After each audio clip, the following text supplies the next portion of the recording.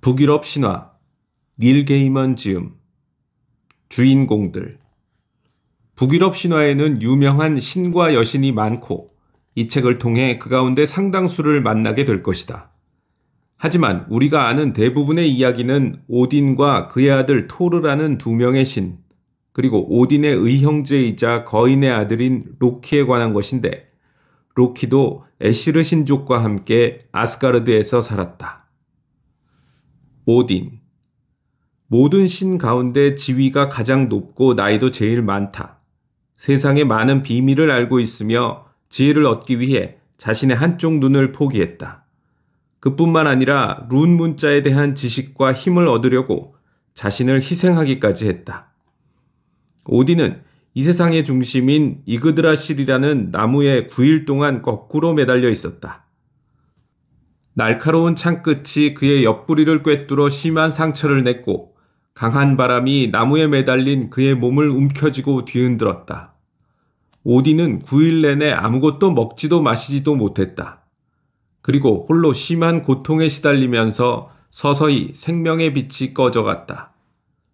극심한 추위와 고통 속에서 막 숨을 거두려는 찰나, 마침내 오딘의 희생이 결실을 맺었다. 고통으로 의식이 혼탁해진 그가 아래를 내려다본 순간 룬의 비밀이 드러난 것이다. 오딘이 룬 문자를 깨우치고 그것이 가진 힘을 이해하게 되는 순간 그를 묶고 있던 밧줄이 끊어졌고 오딘은 비명을 지르며 나무에서 떨어졌다. 마법을 깨우친 오딘은 비로소 세상을 지배할 수 있게 된다. 오딘은 여러 개의 이름으로 불린다. 만물의 아버지인 최고신이자 사륙의 신이며 교수대의 신이기도 하다. 또 화물과 죄수의 신이기도 하다. 그림리르나 제3인자라고 불리기도 했다. 나라마다 그를 부르는 이름이 달랐다. 그는 사람들과 똑같은 시선으로 세상을 바라보기 위해 변장을 하고 각지를 여행했다. 사람들 사이를 돌아다닐 때는 망토를 걸치고 모자를 쓴 키 큰 남자 같은 행색을 했다. 오딘은 후긴과 문인이라는 까마귀 2마리를 키웠는데 이 새들의 이름은 각각 생각과 기억을 뜻한다. 까마귀들은 전 세계를 날아다니면서 새로운 정보를 수집해 세상의 모든 지식을 오딘에게 전하는데 주로 그의 어깨에 앉아서 귀에 정보를 속삭이곤 한다. 그는 흘리드 스칼프라는 높은 옥좌에 앉아서 세계 곳곳에서 벌어지는 일들을 모두 관찰한다. 그에게 감출 수 있는 건 아무것도 없다. 오딘은 세상에 전쟁을 불러왔다. 전쟁은 대개 호전적인 적에게 창을 던지고 전투와 전투에서 사망한 자들을 모두 오딘에게 바치겠다는 맹세로 시작된다. 전투에서 살아남는 건 오딘의 은총이고 죽는다면 그건 오딘에게 버림받았기 때문이다. 전쟁터에서 용감하게 싸우다가 죽으면 고귀한 죽음을 맞은 이들의 영혼을 데려가는 아름다운 여전사 발키리가 그들을 발할라 궁전으로 이끈다. 발할라에서는 오딘이 죽은 자들을 기다리고 있고 그들은 오딘을 지도자로 삼아 그곳에서 마시고 싸우고 축제와 전투를 벌인다. 토르. 오딘의 아들인 토르는 천둥의 신이다. 그의 아버지 오딘은 교활한 반면 토르는 솔직하고 온화한 성정을 지녔다. 거대한 체구에 붉은 수염을 길렀으며 모든 신들 가운데 가장 힘이 세다. 맥인 교르드라는 허리띠를 가지고 있는데 이걸 매면 힘이 평소의 2배가 된다. 토르가 사용하는 무기는 묠니르라는 놀라운 망치다. 이 망치는 난쟁이들이 토르를 위해 만들어준 것인데 이와 관련된 이야기도 곧 살펴볼 예정이다. 트롤이나 서리 거인, 산의 거인 등은 자기네 형제와 친구를 수도 없이 죽인 묠니르를 보기만 해도 벌벌 떨었다. 토르는 이 망치 자루를 잡는 데 도움이 되는 강철 장갑을 끼기도 한다. 토르의 어머니는 대지의 여신인 요르드다. 토르는 모디와 마근이라는 아들 2과 트루디라는 딸 1를 뒀다. 토르의 아내는 금발 여신인 시프이며 그녀는 토르와 결혼하기 전 울르라는 아들을 두었기 때문에 토르가 울루의 의붓아버지가 된다. 울루는 활과 화살로 사냥을 하는 신이며 스키를 타고 다닌다. 토르는 아스가르드와 미드가르드의 수호자이기도 하다. 그의 모험에 관한 이야기가 매우 많은데 이 책에서도 그중 몇 가지를 소개할 것이다. 로키. 로키는 외모가 매우 출중하다. 말재주가 좋고 설득력이 있어서 호감이 가지도 하지만 한편으로는 아스가르드에 사는 이들 가운데 가장 교활하고 음험하고 약삭빠르다. 그의 내면에 엄청난 분노와 질투심, 욕정 같은 어두운 구석이 많다는 건 참으로 안타까운 일이다. 로키는 라오페이의 아들이다. 라오페이는 바늘을 뜻하는 날이라는 이름으로도 알려져 있는데 이는 그녀의 늘씬하고 아름답고 예리한 용모 때문이다. 로키의 아버지는 거인 파르바우티다. 이 이름은 위험한 타격을 입히는 자라는 뜻인데 파르바우티는 그 이름만큼이나 위험한 존재였다. 로키는 하늘을 나는 신발을 신고 허공을 걸어 다녔고 모습을 자유자재로 바꿀 수 있었기 때문에 다른 사람이나 동물로 변신하기도 했지만 그의 진짜 무기는 자기 머리였다. 로키는 다른 어떤 신이나 거인보다 교활하고 영리하고 꾀가 많았다. 심지어 오딘도 로키만큼 교활하지는 않았다. 로키는 오딘의 의형제다. 다른 신들은 로키가 언제 어떻게 아스가르드에 오게 되었는지 모른다. 그는 토르의 친구이면서 동시에 그를 배신한 자이기도 하다. 신들은 그의 행동을 눈감아 줬는데 이는 아마도 로키의 책략과 계획 때문에 곤란한 상황에 빠진 적도 많지만 그만큼 도움을 받은 적도 많기 때문일 것이다. 로키 덕에 세상이 전보다 흥미로워졌지만 그만큼 위험해진 것도 사실이다. 그는 괴물들의 아버지이고 재앙의 창시자이며 음흉한 신이다. 로키는 술을 아주 많이 마셨는데 술에 취해 있을 때는 말이나 생각, 행동을 억제하지 못했다. 로키와 그의 자식들은 모든 것의 종말인 라그나로크에서 싸우게 되지만 아스가르드의 신들 편에 서는 게 아니라 그들과 대적할 것이다. 세상이 시작되기 전, 그리고 그 이후. 세상이 시작되기 전에는 아무것도 없었다. 땅도, 하늘도, 별도, 달도 없고 존재하는 것이라고는 형체도 모양도 없는 안개 세상과 언제나 활활 불타오르는 불의 세상뿐이었다.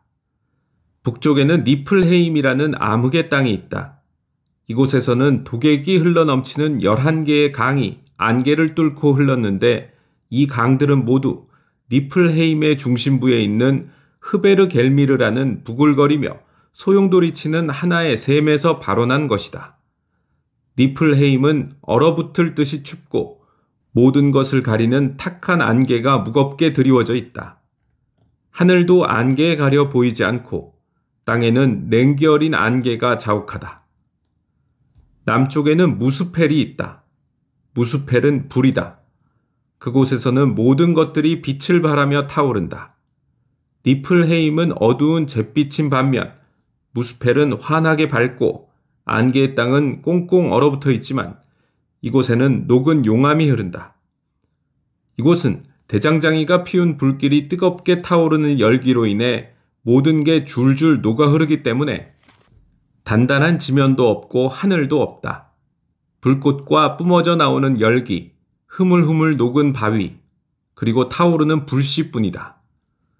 무스펠의 불길 가장자리, 안개가 불타서 빛으로 화하고 땅이 끝나는 그곳에는 신들보다 먼저 존재한 수루트가 서 있다. 수루트는 지금도 그곳에 서 있다. 불타는 칼을 쥐고 있는 그에게는 부글부글 거품이 있는 용암과 꽁꽁 얼어붙은 안개가 똑같은 것으로 보인다. 수루트는 세상의 종말인 라그나로크가 도래해야만 비로소 그 자리에서 떠난다. 그는 불타는 칼을 휘두르며 무스펠을 떠나 온 세상을 불태울 것이고 신들은 차례차례 그 앞에 쓰러질 것이다. 무스펠과 니플헤임 사이에는 형체도 없고 아무것도 없는 텅 빈 공간이 있었다. 안개의 땅에서 발원된 강들은 입을 쩍 벌린 시면을 의미하는 긴눈가가프라는 공허 속으로 흘러 들어간다. 측정할 수 없을 만큼 오랜 시간이 흐른 뒤 이 독액이 흐르는 강이 불과 안개 사이에서 서서히 굳어 거대한 빙하를 이루게 되었다. 공허의 북쪽에 있는 얼음 땅은 차디찬 안개와 얼음 알갱이들로 뒤덮였지만 남쪽에서는 빙하가 불의 땅에 다다르면서 무스펠의 인걸불과 불꽃이 얼음과 만나고 화염의 땅에서 불어오는 따뜻한 바람이 얼음 위쪽의 공기를 부드럽게 녹여 마치 봄날처럼 온화한 날씨를 만들어냈다. 얼음과 불이 만나는 지점에서 얼음이 녹기 시작했고 그 물에서 생명이 탄생했는데 모습은 인간과 비슷했지만 이 세상보다 더 크고 과거에 존재했거나 앞으로 존재하게 될 그 어떤 거인보다 거대했다. 또 남자도 여자도 아니지만 동시에 둘 다이기도 했다. 이자가 바로 모든 거인들의 조상인데 스스로를 이미르라고 칭했다. 이미르는 얼음이 녹으면서 만들어진 유일한 생명체가 아니었다. 우리가 상상할 수 있는 것보다 훨씬 거대한 뿔 없는 암소도 한 마리 생겨났다. 암소가 줄인 배를 채우고 마른 목을 죽이려고 소금기가 밴 얼음덩어리를 핥자 4개의 젖통에서 젖줄기가 강물처럼 흘러나왔다. 이미르는 이 젖을 먹고 살았다. 거인은 우유를 마시면서 계속 자랐다. 그리고 암소에게 아우둠라라는 이름을 붙여줬다. 암소는 분홍색 혀로 얼음덩어리를 핥아 사람을 만들어냈다. 첫째 날에는 얼음덩어리에서 머리카락만 비죽 솟아나왔지만 둘째 날이 되자 머리 전체가, 셋째 날에는 완전한 인간의 형상이 드러났다. 이자가 바로 신들의 조상인 불이다. 이미르는 잠을 자는 동안 생명을 탄생시켰다. 이미르의 왼편 겨드랑이 아래에는 남자 거인과 여자 거인이 태어났고 다리에서는 머리가 6개 달린 거인이 태어났다. 여기에서 이미르의 자식들, 즉 모든 거인이 유래했다. 불이는 이 거인들 중에서 아내를 얻었고 둘 사이에서 태어난 아들에게 보르라는 이름을 지어주었다. 보르는 거인의 딸인 베스틀라와 결혼해 3 아들을 낳았다. 보르의 3 아들인 오딘, 빌리, 베는 자라서 어른이 되었다.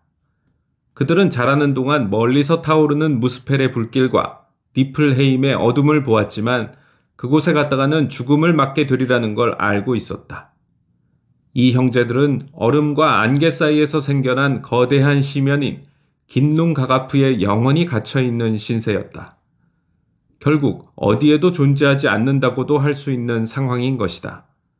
그곳에는 바다도, 모래도, 풀도, 바위도, 흙도, 나무도, 하늘도, 별도 없었다. 당시에는 세상도, 천계나 하계도 존재하지 않았다. 시면이 있는 곳 또한 아무데도 아니었다. 생명과 존재로 가득 채워지길 기다리는 빈 공간만 있을 뿐이었다. 모든 걸 새롭게 만들어야 하는 때였다. 베와 빌리와 오딘은 서로를 바라보면서 긴눈가가프라는 공허 속에서 자기들이 뭘 해야 하는지에 대해 얘기했다. 그들은 우주와 생명과 미래에 대해 얘기했다. 오딘과 빌리와 베는 거인 이미르를 죽였다. 반드시 해야만 하는 일이었다. 그것 외에는 세상을 창조할 방법이 없었다. 이것이 모든 일의 시작이었다. 죽음이 모든 생명을 가능케 한 것이다. 그들은 엄청나게 큰 거인을 칼로 찔렀다.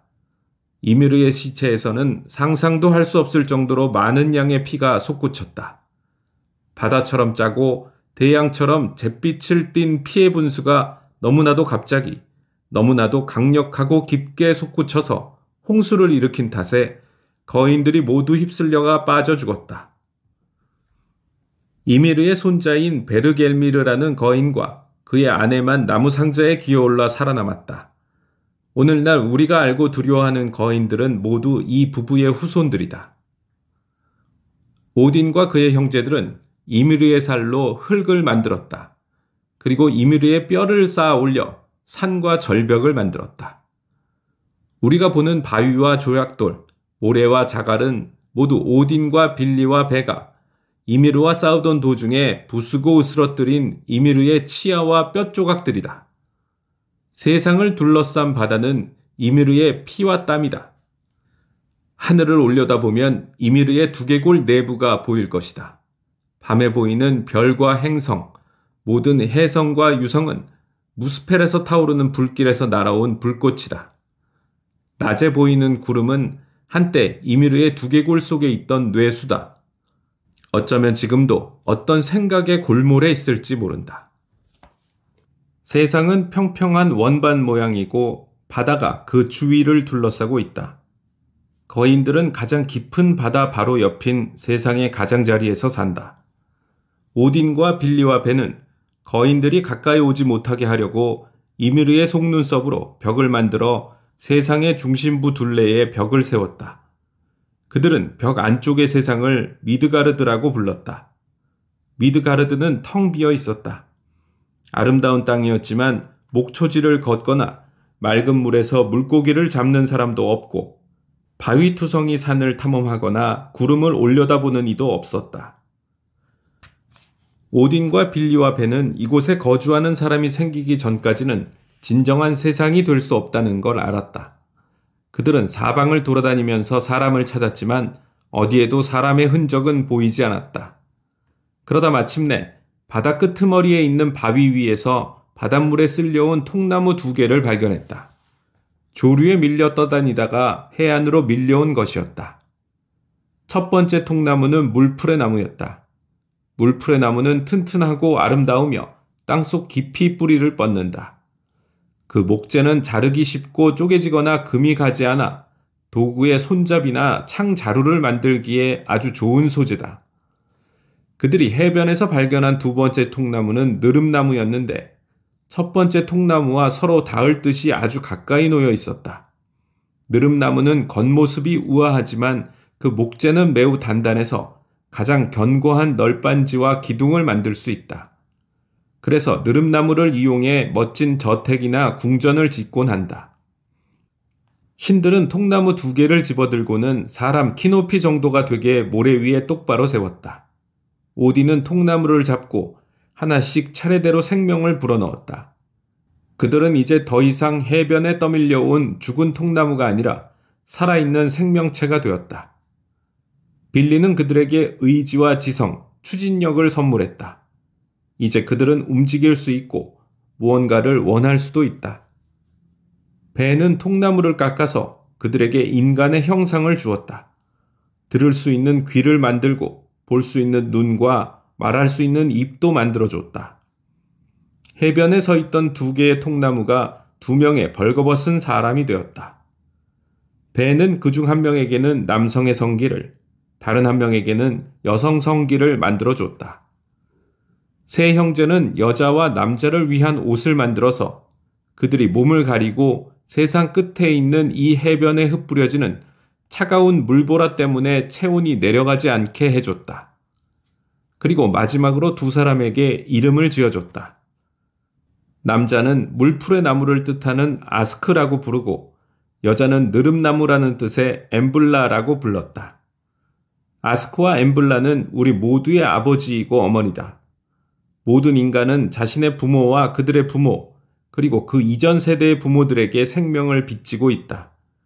그렇게 계속 거슬러 올라가다 보면 우리 모두의 조상이 아스크와 엠블라임을 알 수 있다. 엠블라와 아스크는 신들이 이미르의 속눈썹으로 만든 벽 뒤에 있는 안전한 장소인 미드가르드에 머물렀다. 그들은 미드가르드에 집을 짓고 거인과 괴물과 황무지에 도사리고 있는 다른 모든 위험으로부터 자신들을 보호했다. 그들은 미드가르드에서 안심하고 자녀들을 키울 수 있었다. 오딘이 만물의 아버지라고 불리는 건 이런 이유 때문이다. 신들의 아버지이고 또 우리의 머나먼 조상들에게 생명의 숨을 불어넣었던 것이다. 우리가 신이든 아니면 인간이든 오딘은 우리 모두의 아버지다. 이그드라실과 9개의 세상. 이그드라실은 엄청난 힘을 가진 물풀의 나무로서 모든 나무들 가운데 가장 완벽하고 아름다우며 크기도 가장 크다. 이 나무는 9개의 세상 사이에서 자라면서 그 세상들을 서로 연결시킨다. 위쪽에 있는 가지들은 하늘을 뚫고 그 위까지 뻗쳐 있다. 워낙 큰 나무다 보니 이 물풀의 나무의 뿌리는 3개의 세상에 걸쳐 있고 3개의 샘에서 물을 공급받는다. 가장 깊이까지 뻗은 첫 번째 뿌리는 지하 세계로 파고 들어가 다른 장소들보다 먼저 존재했던 니플헤임에 도달한다. 암흑세계의 중심에는 끊임없이 소용돌이 치고 부글부글 끓어오르면서 주전자처럼 우렁찬 소리를 내는 흐베르겔미르라는 샘이 있다. 이 샘에는 니드호그라는 용이 사는데 항상 이그드라실의 뿌리를 아래부터 갉아먹는다. 두 번째 뿌리는 서리 거인들의 영토로 뻗어가서 미미르 소유의 샘에 도달한다. 세계수의 가장 높은 가지에는 아는 게 많은 독수리 한 마리가 앉아있고 독수리의 두 눈 사이에는 매가 걸터 앉아있다. 그 아래까지에는 라타토스크라는 다람쥐가 산다.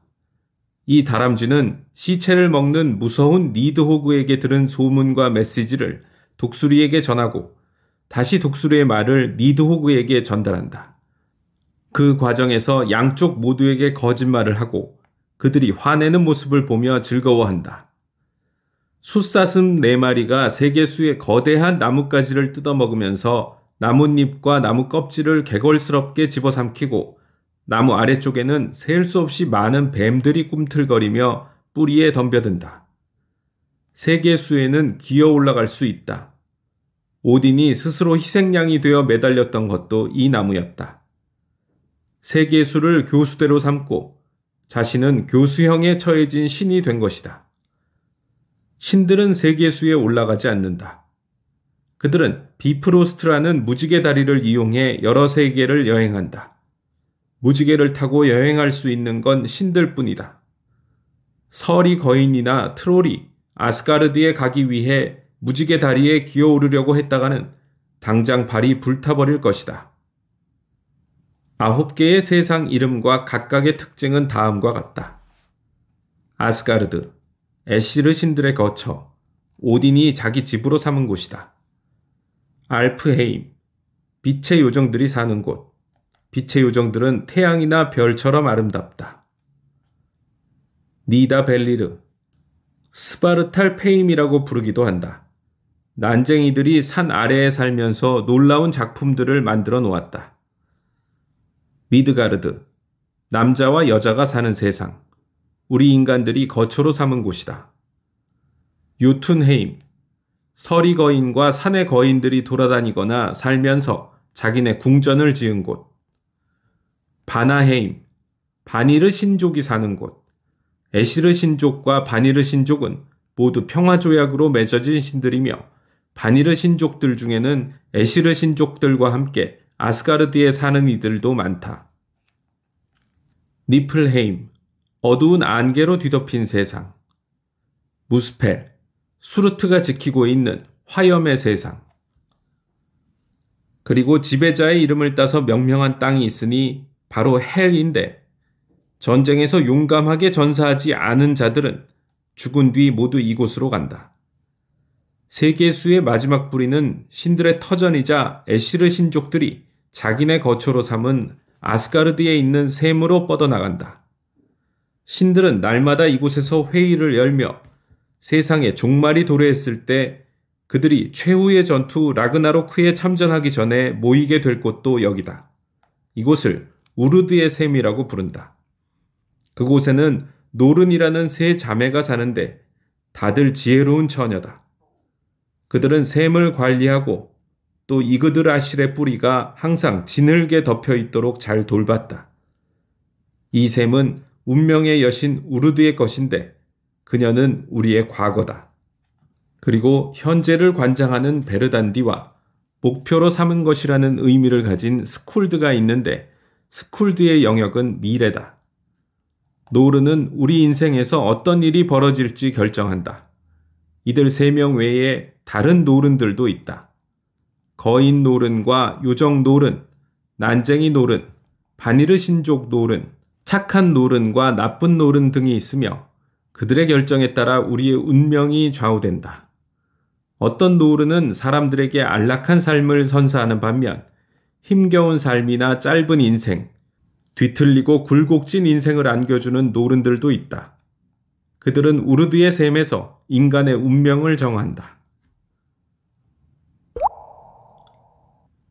미미르의 머리와 오딘의 눈. 미미르의 셈은 거인들이 사는 요툰헤임에 있다. 이 셈은 땅속 깊은 곳에서 콸콸 솟아올라 세계수인 이그드라실에게 양분을 공급한다. 현자이자 기억의 수호자인 미미르는 아는 게 많았다. 그의 셈은 곧 지혜였다. 세상이 생겨난 지 얼마 안 됐던 시절에 그는 매일 아침 갤라르 호른이라는 뿔로 만든 잔으로 샘물을 퍼서 마셨다. 아주 오래전 세상이 젊었던 시절, 오딘은 긴 망토와 모자를 걸치고 방랑자로 변장해 거인들의 땅을 여행했다. 지혜를 얻기 위해 목숨을 걸고 미미르에게 접근한 것이다. 미미르 삼촌, 당신의 셈에서 솟아난 물을 딱 한 모금만 마시게 해주십시오. 제 유일한 부탁입니다. 미미르는 고개를 가로저었다. 미미르 자신 외에는 그 누구도 샘물을 마실 수 없었다. 그는 아무 말도 하지 않았다. 원래 침묵을 지키는 이들은 실수를 잘 하지 않는 법이다. 전 당신 조카입니다. 제 어머니 베스틀라가 바로 당신의 누이이지 않습니까? 그것만으로는 안 된다. 미미르가 말했다. 한 모금만요. 당신 셈의 물을 딱 한 모금만 마시면 전 지혜로워질 수 있습니다. 어떤 대가를 원하시는지 말씀해 보십시오. 내가 원하는 대가는 너의 눈이다. 미미르가 말했다. 너의 눈을 연못에 넣어라. 오딘은 농담이냐고 되묻지 않았다. 미미르의 셈에 도달하기 위해 거인의 나라를 지나오는 여행은 길고 위험했다. 이곳에 도착하기 위해 기꺼이 목숨을 걸었던 것이다. 그는 자기가 구하는 지혜를 얻기 위해서라면 그 이상이라도 할 각오가 되어 있었다. 오딘의 얼굴에 단호한 결의가 떠올랐다. 칼을 주십시오. 잠시 뒤 그는 자기 눈을 조심스럽게 연못 안에 넣었다. 연못에 잠긴 눈은 맑은 물 속에서 그를 빤히 응시했다. 오딘은 갤라르 호른의 미미르 셈의 물을 가득 채워 자기 입으로 가져갔다. 물은 차가웠다. 그는 한 방울도 남기지 않고 모두 마셨다. 그러자 지금까지 몰랐던 지혜가 샘솟기 시작했다. 그는 이제 하나뿐인 눈으로 눈이 두 개 있을 때보다 더 멀리까지 더 선명하게 볼 수 있었다. 그때부터 오딘에게는 눈먼 신이라는 뜻의 블린드, 애꾸눈이라는 뜻의 호아르, 불타는 눈을 가진 자라는 뜻의 발레이그 같은 다양한 이름이 붙게 되었다. 오딘의 눈은 지금도 미미르의 셈에 담겨 세계수에게 물을 공급하는 샘물 속에 보존되면서 아무것도 보지 못하는 동시에 모든 것을 보고 있다. 시간이 흘러 에시르 신족과 바니르 신족 사이의 전쟁이 끝나고 자기들끼리 전사와 수장들을 교환할 때 오딘은 바니르 신족의 새로운 수장이 될 에시르 신 헤니르의 고문 자격으로 미미르를 바니르 신족에게 보냈다. 헤니르는 키가 크고 잘생겨서 왕과 같은 풍모를 하고 있었다. 미미르가 곁에서 조언을 해줄 때 그는 왕처럼 말하면서 언제나 현명한 결정을 내렸다. 하지만 미미르가 곁을 떠난 뒤로는 어떤 결정도 내리지 못했다. 바니르 신족은 곧 이런 모습에 진절머리가 나서 복수를 감행했는데 복수의 대상은 헤니르가 아닌 미미르였다. 그들은 미미르의 머리를 베어 오딘에게 보냈다. 오딘은 분노하지 않았다. 그는 미미르의 머리가 썩지 않도록 약초들을 문질러 바른 뒤 미미르의 지식이 사라지지 않기를 염원하며 마법의 주문을 외웠다. 곧 미미르가 눈을 뜨고 오딘에게 말을 하기 시작했다. 미미르의 조언은 그가 살아있을 때 늘 그랬던 것처럼 여전히 훌륭했다. 오딘은 미미르의 머리를 세계수 아래에 있는 샘으로 다시 가져가서 미래와 과거의 지식이 출렁이는 물속 자신의 눈 옆에 그의 머리를 놓았다. 오딘은 갤라르 호른을 신들의 파수꾼인 헤임달에게 줬다. 그가 갤라르 호른을 부른 날 세상의 모든 신들은 어디에 있건 아무리 깊이 잠들었건 상관없이 깨어나게 될 것이다. 헤임달이 갤라르 호른을 부는 건 세상의 모든 것이 종말을 맞는 라그나로크 때 단 한 번뿐이다. 신들의 보물. 토르는 에시르 신족 출신인 아름다운 시프와 결혼했다. 그는 시프의 모든 것을 사랑했다. 그녀의 푸른 눈과 흰 피부, 붉은 입술과 미소, 여름이 끝나갈 무렵에 보리밭처럼 찬란한 황금색으로 빛나는 길디 긴 머리카락을 사랑했다. 토르는 잠에서 깨어 아직 자고 있는 시프를 바라봤다. 그는 자기 수염을 극적거리다가 커다란 손으로 아내를 가볍게 두드리면서 당신 대체 이게 어떻게 된 일이오? 라고 물었다. 시프가 눈을 뜨자 여름날의 하늘 같은 눈동자 색이 드러났다. 무슨 말이에요? 시프는 머리를 흔들며 영문을 모르겠다는 표정을 지었다. 그러다 머리 쪽으로 올린 손가락이 분홍빛 맨두피에 닿자 머뭇거리는 손길로 머리를 더듬었다. 그녀가 충격받은 얼굴로 토르를 쳐다봤다. 시프의 입에서 나온 말은 내 머리카락이 다였다. 토르는 고개를 끄덕이며 말했다. 사라졌어. 그가 당신을 대머리로 만들어 놨군. 그라니, 누구 말이야?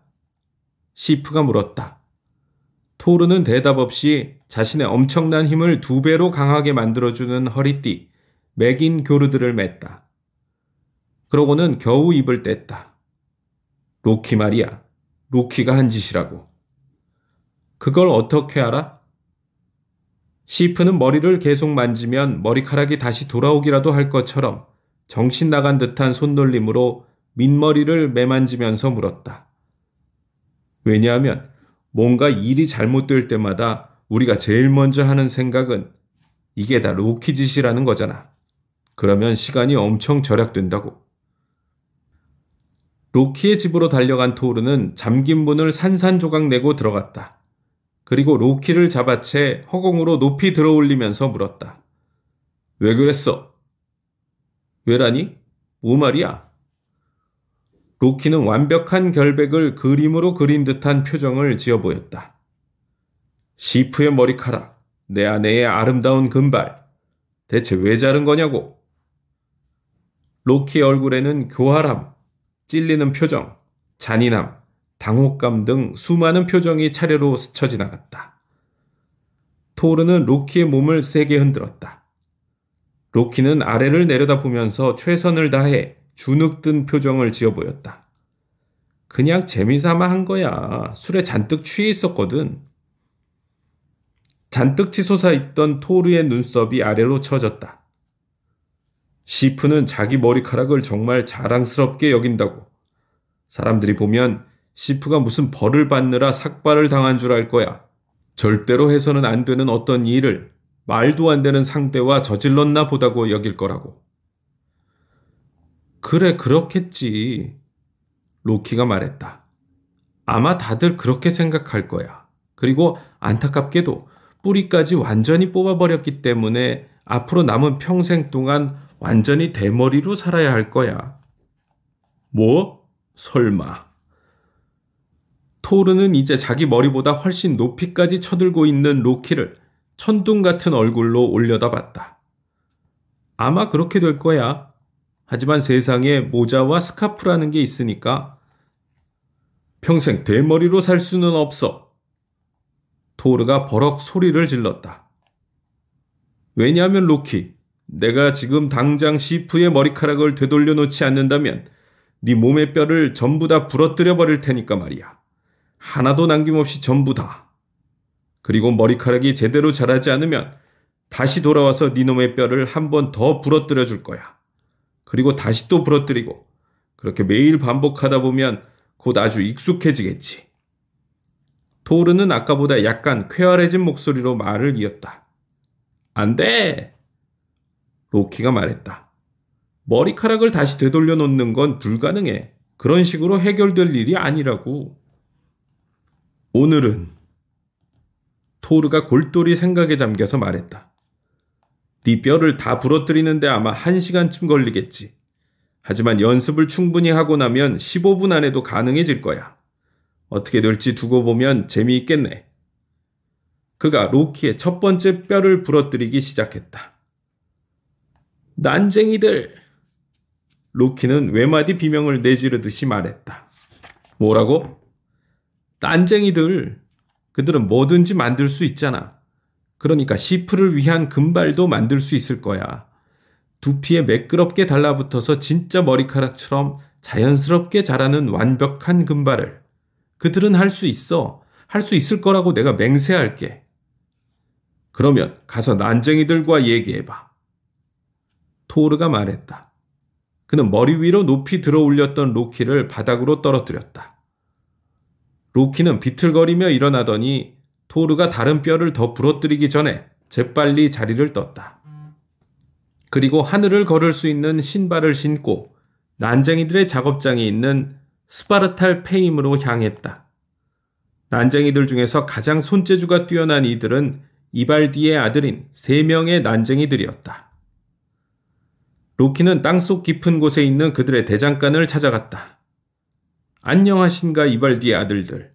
내가 주변에 물어보니까 브로크와 그의 형제 에이트리가 지금까지 존재한 가장 훌륭한 난쟁이 장인들이라고 하더군. 아닙니다. 이발디의 아들들 가운데 한 명이 말했다. 그건 우리죠. 최고의 장인은 바로 우리란 말입니다. 브로크와 에이트리도 틀림없이 자네들만큼 훌륭한 보물을 만들 수 있을 텐데.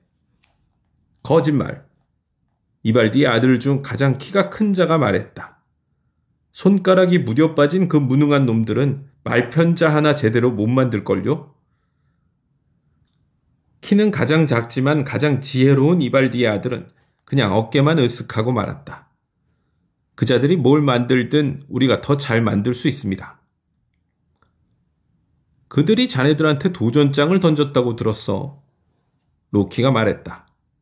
각자 3가지 보물을 만드는 거지. 누가 최고의 보물을 만들었는지는 에시르의 신들이 직접 판단할 거야. 아, 그런데 자네들이 만드는 보물 중 하나는 머리카락이어야 해. 계속해서 자라는 완벽한 금색 머리카락. 그 정도야 얼마든지 할 수 있죠. 이발디의 아들 중 한 명이 말했다. 로키도 그들을 제대로 구별하기가 힘들었다. 로키는 산을 가로질러서 브로크라는 난쟁이가 자기 동생 에이트리와 함께 쓰는 작업장으로 갔다. 이발디의 아들들이 아스가르드의 신들을 위한 선물로 3가지 보물을 만들고 있다고 하더군. 로키는 그들에게 말했다. 신들이 그 보물을 심사할 거야. 이발디의 아들들은 나한테 당신과 당신 동생 에이트리는 자기네만큼 훌륭한 물건을 만들 수 없을 거라는 말을 전해달라고 했어. 그러면서 자네 형제들을 서툰 손가락을 가진 무능한 놈들이라고 부르더군. 브로크는 바보가 아니었다. 이거 아주 수상한 냄새가 나는데요. 로키. 혹시 전부 다 당신이 꾸민 일 아닙니까? 에이트리와 나, 그리고 이발디네 자식들 사이에 문제를 일으키는 건 당신이 좋아할 만한 일이지 않습니까? 로키는 최대한 정직한 표정을 지으려고 애썼는데 정말 놀라울 정도로 정직해 보였다. 나하고는 아무 상관없는 일이네. 그는 천진난만한 어투로 주장했다. 그냥 자네들이 알아야 한다고 생각했을 뿐이야. 이 일에 개인적인 이해관계가 전혀 없다고요? 브로크가 물었다. 전혀. 브로크는 고개를 끄덕이며 로키를 올려다봤다. 브로크의 형제인 에이트리도 뛰어난 장인이었지만 브로크가 둘 중에서 더 똑똑하고 단호한 편이었다. 그럼 이발디의 아들들과 실력 대결을 펼치고 신들에게 심사를 받아보도록 하죠. 에이트리가 이발디네 사람들보다 더 뛰어나고 정교한 물건을 만들 수 있다고 확신하니까요. 하지만 이걸 당신과도 상관 있는 일로 만들어보는 게 어떨까요, 로키? 자네가 원하는 게 뭔데? 로키가 물었다. 당신 머리요. 우리가 이 경쟁에서 이기면 당신 머리를 가질 겁니다. 당신 머릿속에서는 수많은 일들이 벌어지고 있으니까 에이트리가 그걸 가지고 아주 멋진 장치를 만들어낼 수 있을 겁니다. 생각하는 기계 같은 거 말이죠. 아니면 잉크통이나. 로키는 미소를 잃지 않았지만 속으로는 상대방을 쏘아보고 있었다. 오늘 일진이 왜 이럴까? 어쨌든 에이트리와 브로크가 대결해서 지도록 하면 되는 일이었다. 그래도 신들은 난쟁이들이 만든 6개의 훌륭한 보물을 얻게 될 것이고 시프는 금발을 차지하게 될 것이다. 그는 그렇게 할 수 있다. 그는 로키니까. 좋아. 로키는 대답했다. 내 머리를 원한단 말이지. 문제없어. 산 너머에서는 이발디의 아들들이 이미 보물을 만들고 있을 테니 로키는 그들에 대해서는 걱정하지 않았다. 하지만 어떻게 해서든 브로크와 에이트리가 대결에서 이기지 못하도록 만들어야만 했다. 브로크와 에이트리는 대장간으로 들어갔다. 그곳은 무척 어두웠고 불빛이라고는 타고 있는 수치 뿜어내는 오렌지색 빛뿐이었다. 에이트리는 선반에서 돼지 가죽을 꺼내 화로에 집어넣었다. 바로 이런 일에 쓰려고 보관해뒀던 돼지 가죽이야. 에이트리가 말했다. 브로크는 아무 말 없이 고개만 끄덕였다. 좋아. 에이트리가 브로크에게 말했다. 브로크, 넌 풀무를 맡아. 계속해서 풀무질만 하면 돼. 화로가 아주 뜨거워야 하거든. 계속해서 열기를 유지하지 못하면 효과가 없어. 그러니까 계속 푸슉푸슉 공기를 불어넣어줘. 브로크는 풀무질을 시작했다. 산소가 풍부한 공기를 용광로 중심부에 계속 공급해서 모든 걸 뜨겁게 달구었다. 이런 일은 전에도 많이 해봤다. 에이트리는 모든 게 자기 마음에 드는지 확인하면서 흡족할 때까지 지켜봤다. 에이트리는 대장간 밖에서 보물을 제작하기 위해 자리를 떴다. 그가 나가려고 문을 열자 커다란 검은색 곤충 한 마리가 대장간 안으로 날아들어왔다. 말파리도 아니고 사슴파리도 아니었다. 그런 곤충들보다 크기가 더 큰 그 곤충은 안으로 들어와 악의적인 느낌을 풍기면서 대장간 안을 빙빙 맴돌았다. 브로크는 대장간 밖에서 울리는 에이트리의 망치 소리와 줄질하는 소리, 구부리고 형태를 잡으면서 탕탕 때리는 소리 등을 들을 수 있었다. 커다란 검은색 파리는 브로크의 손등 위에 내려앉았다. 브로크의 양손은 풀무를 쥐고 있었다. 그는 풀무질을 멈추고 파리를 때려잡지 않았다. 파리가 브로크의 손등을 세게 물었지만 그는 멈추지 않고 계속 풀무질을 했다. 그때 문이 열리더니 에이트리가 들어와서 용광로에서 완성된 작품을 조심스러운 손길로 꺼냈다. 그건 금으로 된 번쩍이는 털이 달린 거대한 수퇴지처럼 보였다. 수고했어. 에이트리가 말했다. 온도가 아주 조금만 높거나 낮았더라도 전부 시간 낭비가 됐을 거야. 형도 수고했어. 브로크가 말했다. 천장 구석에 붙어있던 검은 파리는 분노와 짜증으로 속이 부글부글 끓었다. 에이트리는 금 한 덩어리를 가져와서 용광로에 집어넣었다. 좋아. 이번에 만들 물건은 신들에게 아주 깊은 인상을 줄 거야. 내가 외치면 풀무질을 시작하는데 무슨 일이 있어도 풀무질하는 속도를 늦추거나 높이거나 멈춰서는 안 돼. 그러면 아주 귀찮은 일이 생길 거야. 알았소. 브로크가 대답했다. 에이트리는 방에서 나가 작업을 시작했다. 브로크는 에이트리가 외치는 소리가 들릴 때까지 기다렸다가 소리가 나자 풀무질을 시작했다. 검은색 파리는 깊은 생각에 잠겨 방 안을 맴돌다가 브로크의 목에 내려앉았다. 파리는 덥고 답답한 대장간 공기 때문에 땀이 흘러 생긴 개울을 피하기 위해 우아하게 옆으로 발을 옮겼다. 그리고 있는 힘껏 브로크의 목을 물었다. 진홍색 피가 흘러 브로크의 목에 밴 땀과 섞였지만 여전히 브로크는 풀무질을 멈추지 않았다. 에이트리가 돌아왔다. 그는 용광로에서 하얗게 달아오른 팔찌를 꺼냈다. 그리고 뜨거운 열기를 식히기 위해 돌로 만든 냉각 수조에 그것을 집어넣었다. 팔찌가 물에 떨어지자마자 구름 같은 증기가 솟아올랐다. 냉각되기 시작하면서 팔찌는 오렌지색과 빨간색으로 빠르게 변하다가 완전히 식자 금색이 되었다.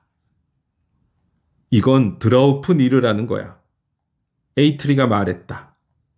그건 떨어뜨리는 자라는 뜻이잖아. 팔찌 이름 치고는 이상한데? 브로크가 말했다. 그렇지 않아. 에이트리는 이렇게 반박하면서 팔찌의 아주 특별한 기능에 대해서 설명했다. 아주 오래전부터 꼭 만들고 싶다고 생각했던 게 하나 있어. 내 걸작 중에 걸작이지. 하지만 이건 다른 두 가지보다 만들기가 더 까다로워. 그러니까 네가 할 일은 풀무질, 쉬지 않는 풀무질이지? 바로 그거야. 아까보다 더 열심히 해야 돼. 절대로 속도를 바꾸면 안 돼. 그랬다가는 일을 완전히 망치게 될 테니까. 에이트리는 검은 파리가 지금까지 본 주괴 중에서 가장 큰 선철 주괴를 집어 용광로에 집어넣었다. 그는 방에서 나가더니 이윽고 브로크에게 풀무질을 시작하라고 큰 소리로 외쳤다. 브로크는 풀무질을 시작했고 에이트리가 재료를 늘이고 형태를 잡고 용접하고 붙이는 동안 그의 망치질 소리도 시작됐다. 파리로 변신한 로키는 일을 조심스럽게 진행시킬 시간이 없다고 판단했다. 에이트리의 걸작은 신들에게 깊은 인상을 줄 만한 대단한 작품일 테고 만약 신들이 이에 깊은 감명을 받는다면 자기는 머리를 잃게 되는 것이다.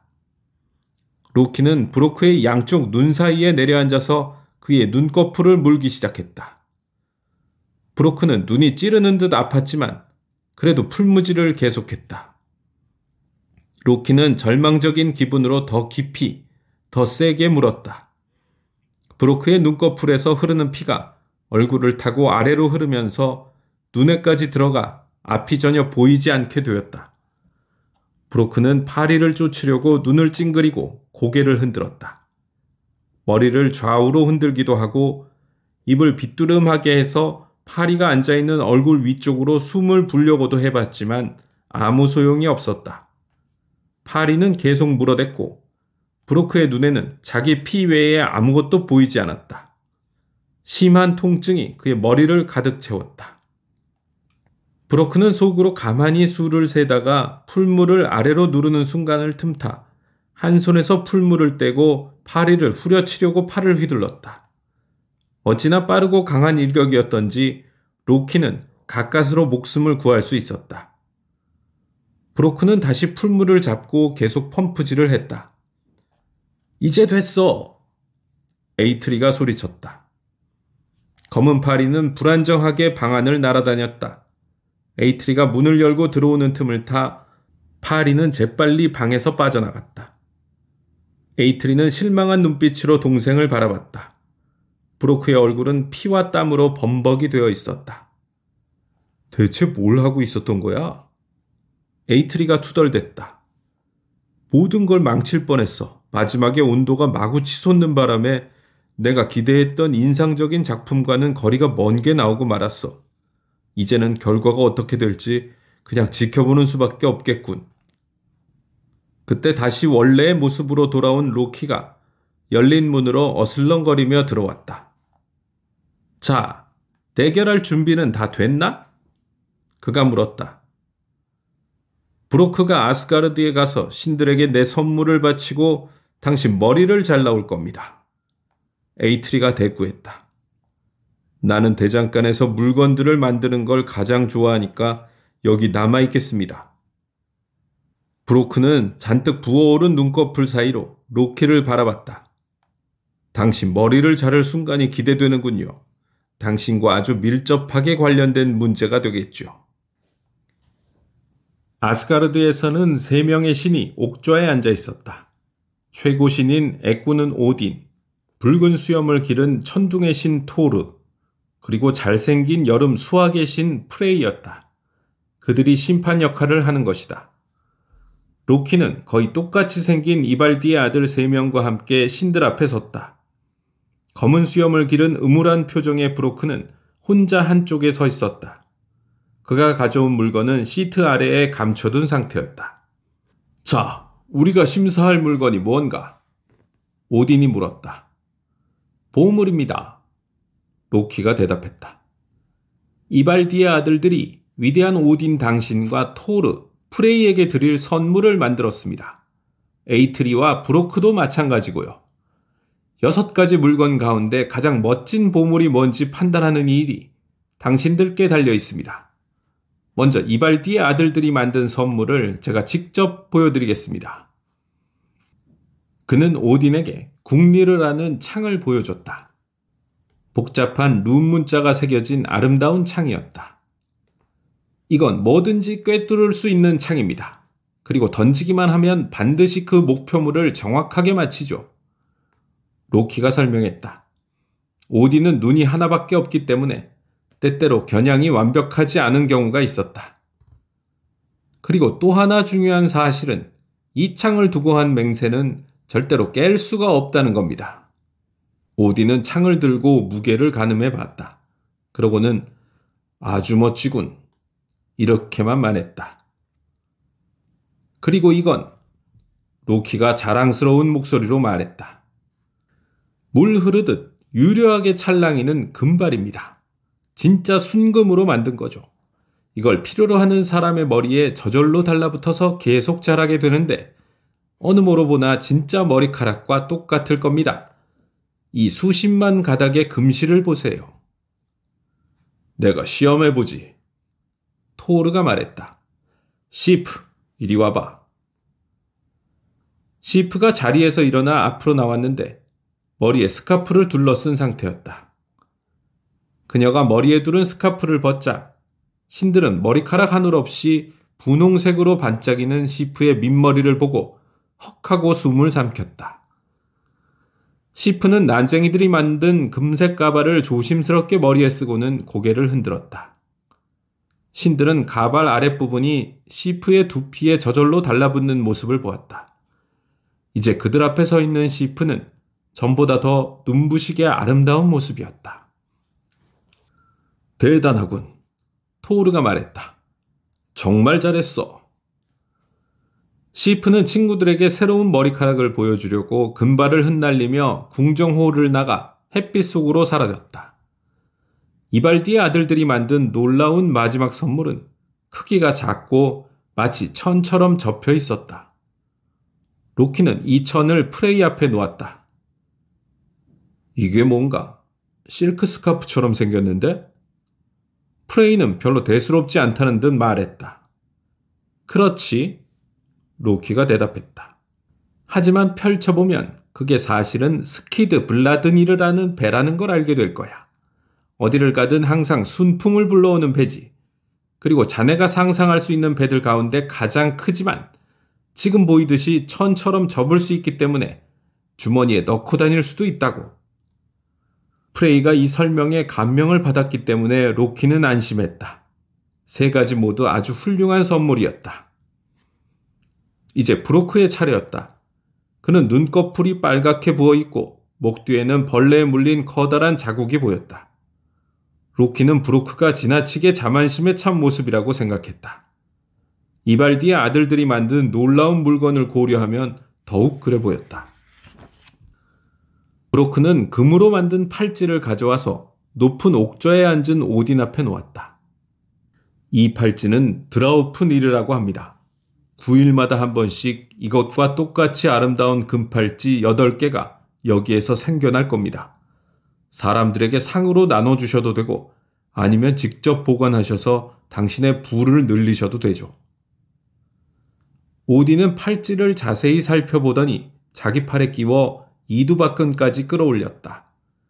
팔찌는 그 자리에서 찬란하게 빛을 발했다. 아주 멋지군. 오딘이 말했다.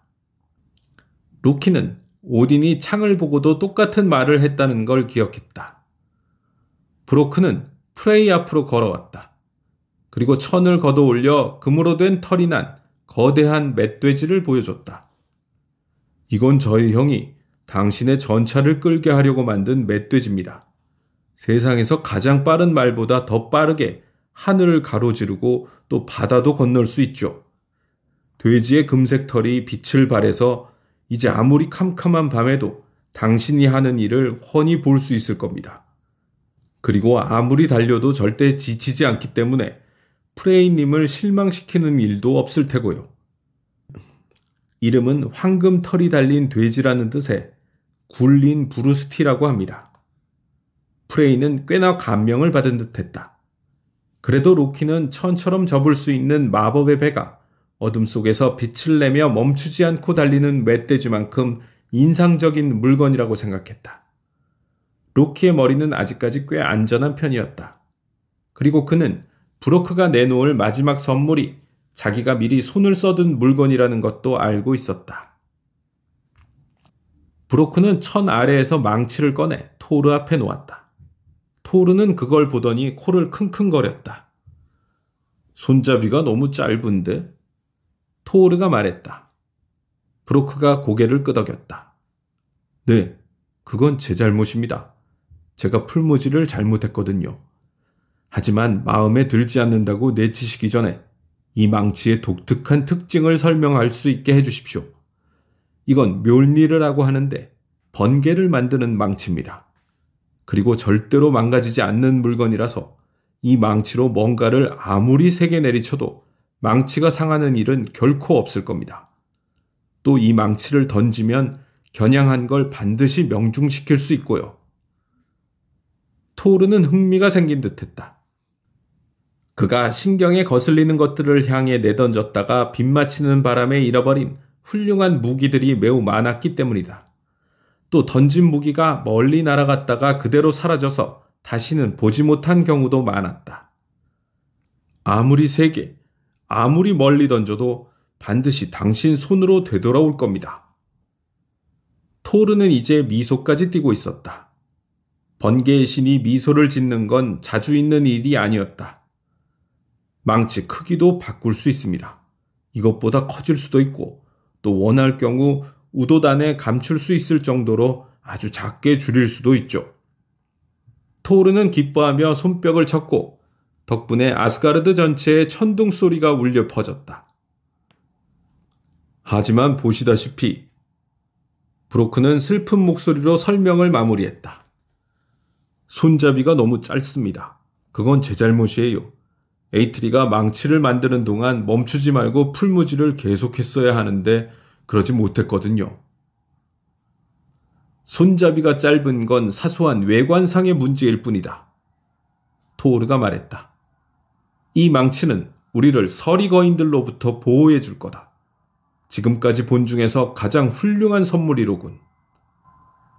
이건 아스가르드를 보호할 거야. 우리 모두를 지켜주겠지. 오딘도 인정했다. 만약 내가 거인이라면 이 망치를 든 토르를 매우 두려워할 거야. 프레이도 거들었다. 맞습니다. 이건 아주 훌륭한 망치예요. 그런데 토르, 머리카락은 어떻습니까? 시프의 아름다운 새 금발 말이에요. 로키가 약간 자포자기한 듯한 말투로 물었다. 그거? 내 아내는 아주 근사한 머리카락을 갖게 됐지. 자, 망치를 크게 늘리거나 줄이는 방법을 알려다오, 브로크. 토르의 망치는 내 근사한 창이나 훌륭한 팔찌보다도 낫군. 오딘이 고개를 끄덕이며 말했다. 확실히 저 망치는 내 배나 멧돼지보다 훌륭하고 인상적이야. 프레이도 인정했다. 이 망치가 아스가르드의 신들을 안전하게 지켜줄 거야. 신들은 브로크의 등을 툭툭 두드리면서 그와 에이트리가 만든 물건들이 지금까지 받은 선물 가운데 가장 훌륭하다고 말했다. 그렇게 말씀해 주시니 기쁩니다. 브로크가 말했다. 그러고는 로키를 향해 돌아섰다. 자, 그럼 이제 당신 머리를 잘라서 가져가겠습니다. 라우페이의 아들이여. 에이트리가 아주 기뻐할 겁니다. 당신 머리를 이용해 썩 유용한 물건을 만들 수 있을 테니까요. 내 머리 대신 그에 상응하는 대가를 지불하지. 자네들에게 줄 만한 보물이 있어. 에이트리와 나는 필요한 보물은 모두 갖고 있습니다. 우리는 보물을 직접 만들 수 있으니까요, 로키님. 내가 원하는 건 당신 머리뿐입니다. 로키는 잠시 생각에 잠겼다가 말했다. 그럼 가져가 봐. 날 잡을 수 있다면 말이야. 로키는 공중으로 펄쩍 뛰어오르더니 거기 모인 이들의 머리 위로 달아나 버렸다. 눈 깜짝할 새에 그의 모습이 사라졌다. 브로크는 토르를 쳐다봤다. 로키님을 붙잡아 주실 수 있습니까? 토르는 어깨를 으쓱했다. 꼭 그래야 하나? 하지만 망치 성능을 한번 시험해보고 싶긴 하군. 토르는 곧 로키를 단단히 붙잡아서 돌아왔다. 로키는 무력한 분노에 가득 차 주위를 쏘아봤다. 브로크가 칼을 꺼냈다. 이리로 오세요, 로키님. 당신 머리를 잘라야 하니까요. 물론이지. 로키가 말했다. 자네는 물론 내 머리를 자를 수 있어. 하지만 여기 계신 전능한 오딘께 호소하는데 만약 자네가 내 목을 조금이라도 자른다면 자네는 우리 계약 조건을 어기는 거야. 자네들은 내 머리만 자르겠다고 약속했으니까 말이야. 오딘은 머리를 한쪽으로 기울이면서 말했다. 로키 말이 맞다. 넌 그의 목을 자를 권리가 없어. 브로크는 짜증이 났다. 하지만 그의 목을 베지 않고는 머리를 자를 방법이 없습니다.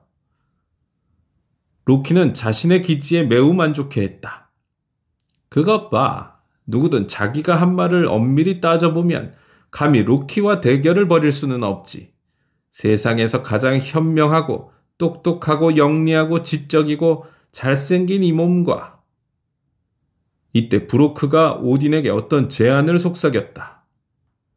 그러면 공정하겠군. 오딘이 동의했다.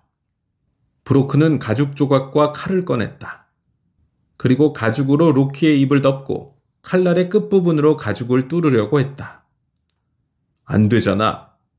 브로크가 말했다. 내 칼이 당신을 베지 못하는군요. 어쩌면 내가 지혜롭게도 칼날에 다치지 않도록 보호장치를 마련해 뒀을지도 모르지. 로키가 겸손하게 말했다. 내 목은 벨 수 없어. 계획이 무산됐을 때를 대비해서 말이야. 아마 그 어떤 칼날로도 나를 벨 수는 없을걸? 브로크는 앓는 소리를 내면서 가죽 세공을 할 때 쓰는 뾰족한 송곳을 꺼내 그걸로 가죽을 찔러 로키의 입술에 구멍을 뚫었다.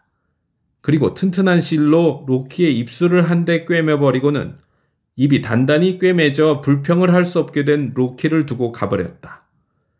로키 입장에서는 입술이 가죽에 꿰매진 고통보다 말을 할 수 없는 고통이 더 컸다. 이게 바로 신들이 훌륭한 보물을 손에 넣게 된 경이다. 전부 로키의 잘못으로 시작된 것이다. 토르의 망치조차 로키의 술수 덕분에 생겨났다. 그게 로키라는 인물의 특징이다. 그에게 가장 감사함을 느낄 때조차 마음 한구석에는 분노의 기운이 남아있고 그를 가장 미워할 때에도 어느 정도 고마운 마음을 느끼게 되는 것이다.